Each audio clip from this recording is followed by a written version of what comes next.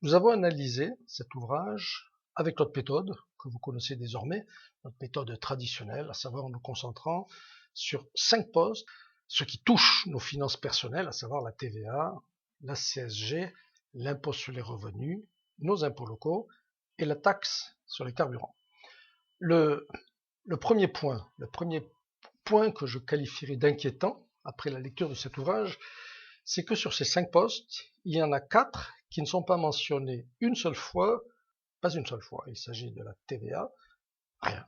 La CSG, rien. Nos impôts locaux, rien. La taxe sur les carburants, rien. Tout d'abord la TVA.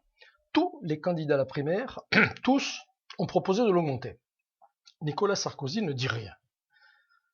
C'est grave, c'est grave. Souvenez-vous de Alain Juppé, lorsqu'il a été nommé Premier ministre, c'était il y a quelques années, c'était en 1995, il a augmenté la TVA tout simplement de 2 points. Alors 2 points, ça ne parle pas beaucoup, mais il faut savoir qu'un point de TVA, c'est 7 milliards d'euros de plus de recettes pour l'État, donc 7 milliards d'euros de moins dans nos poches. Et lorsque M. Juppé a augmenté la TVA en 1995 de 2 points, il a fait rentrer dans les caisses de l'État 2 fois 7, 14 milliards d'euros chaque année, qui ont perduré, et bien finalement, même lorsqu'il a quitté cette position. Monsieur Alain Juppé persiste et signe, puisque pour 2017, dans son livre, qui s'appelle 5 ans pour l'emploi, Monsieur Alain Juppé propose à nouveau d'augmenter la TVA, cette fois-ci de 1 point. Alors vous refaites le même petit calcul niveau 5e, 7 milliards d'euros pendant 5 ans, Monsieur Alain Juppé nous propose de réduire notre pouvoir d'achat de 35 milliards d'euros au cours de son futur quinquennat s'il est élu président de la République. Pour en revenir à Nicolas Sarkozy, il est urgent, Monsieur Sarkozy, que vous nous précisiez vos intentions sur ce qui est la première recette fiscale de notre nation. La deuxième recette fiscale s'appelle la CSG, elle pèse 96 milliards d'euros. C'est énorme, c'est énorme. Et là aussi, Monsieur Sarkozy, dans son ouvrage, rien, silence radio, rien sur 96 milliards d'euros. Le mot CSG n'est pas cité une seule fois. L'impôt sur le revenu, c'est plus clair. L'impôt sur le revenu, c'est plus clair. M. Sarkozy nous dit, je vais le baisser de 10%. Alors, l'impôt sur le revenu pèse 77 milliards d'euros au budget 2016. 10%, ceci correspond donc à 7,7 milliards d'euros de baisse de notre impôt sur le revenu dont nous allons bénéficier chaque année.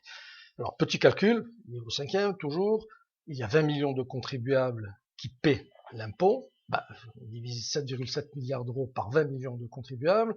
Ceci va représenter une nouvelle ressource, une augmentation de notre pouvoir d'achat de 385 euros par an.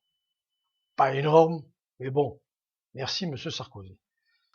Monsieur Sarkozy propose de supprimer l'ISF. Alors l'ISF, on a tendance à s'en fiche un petit peu parce que comme il n'y a pas beaucoup de Français qui le paient, on dit bon, ok, d'accord, les riches, ils payent un peu d'impôts, c'est pas plus mal que ça. Cet ISF pèse 5,5 milliards d'euros, pas 4,5 comme il est écrit dans l'ouvrage de M. Sarkozy. Au budget 2016, l'impôt sur la fortune pèse 5,5 milliards d'euros.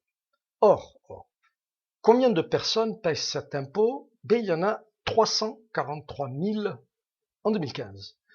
Petite division à nouveau, toujours niveau 5e, vous divisez tout simplement 5,5 milliards d'euros par 343 000 personnes qui le payent, et là vous constatez que le cadeau que fait M. Sarkozy aux personnes qui sont, nous allons dire, relativement aisées dans notre pays, se situe au niveau de 16 000 euros par foyer fiscal.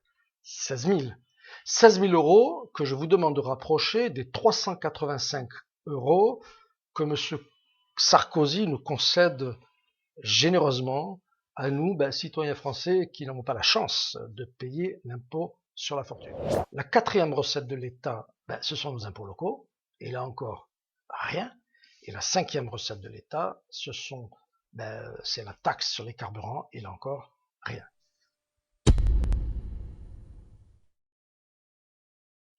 Si l'on fait un bilan de ce que propose Nicolas Sarkozy, on constate que sur 452 milliards de recettes, il nous propose concrètement, ça c'est du concret, une baisse de 7,7 milliards d'euros sur l'impôt sur le revenu.